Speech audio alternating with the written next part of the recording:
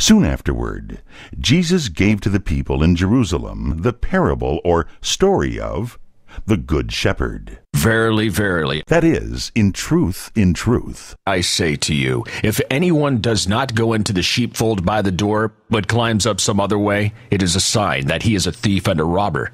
But the one who comes in by the door is a shepherd of the sheep. The porter opens the door to him, and the sheep know him, and listen to his call, for he calls his own sheep by name, and leads them out of the pasture field. And when he has led out his sheep, he goes in front of them, and the sheep follow him, for they know his voice.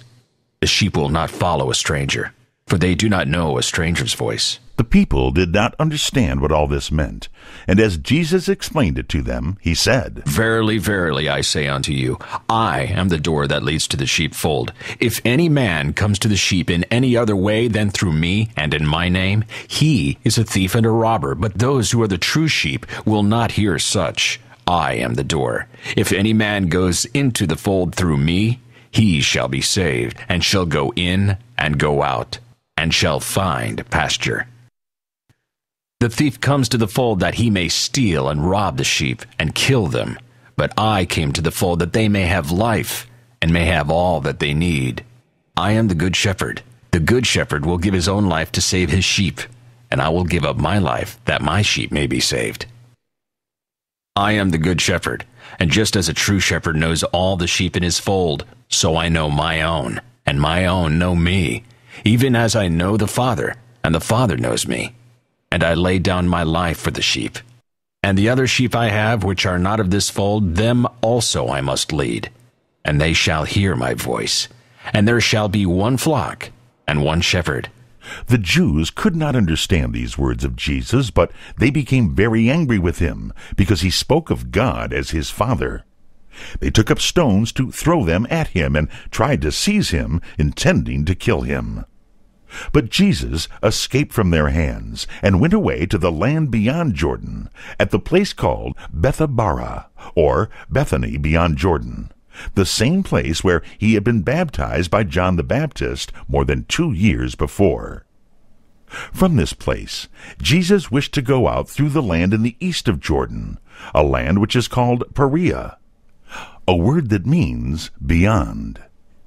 But before going out through this land, Jesus sent out 70 chosen men from among his followers to go to all the villages and to make the people ready for his own coming afterward. He gave to these 70 the same commands that he had given to the 12 disciples when he sent them through Galilee, and sent them out in pairs, 2 men to travel and to preach together.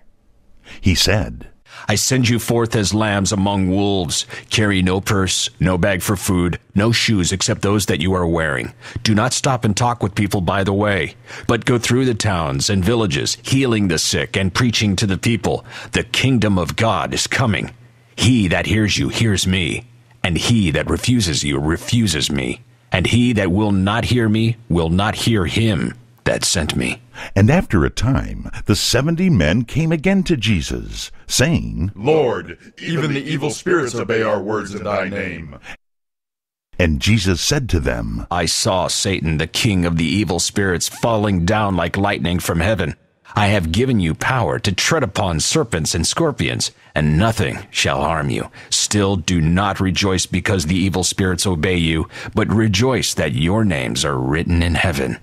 And at that time, one of the scribes, men who wrote copies of the books of the Old Testament and studied them and taught them, came to Jesus and asked him a question to see what answer he would give. He said, Master, what shall I do to have everlasting life?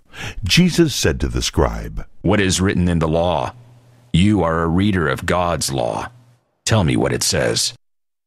Then the man gave this answer, Thou shalt love thy God with all thy heart, and with all thy soul, and with all thy strength, and with all thy mind, and thou shalt love thy neighbor as thyself.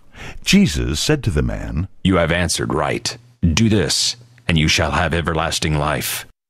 But the man was not satisfied. He asked another question. And Who is my neighbor?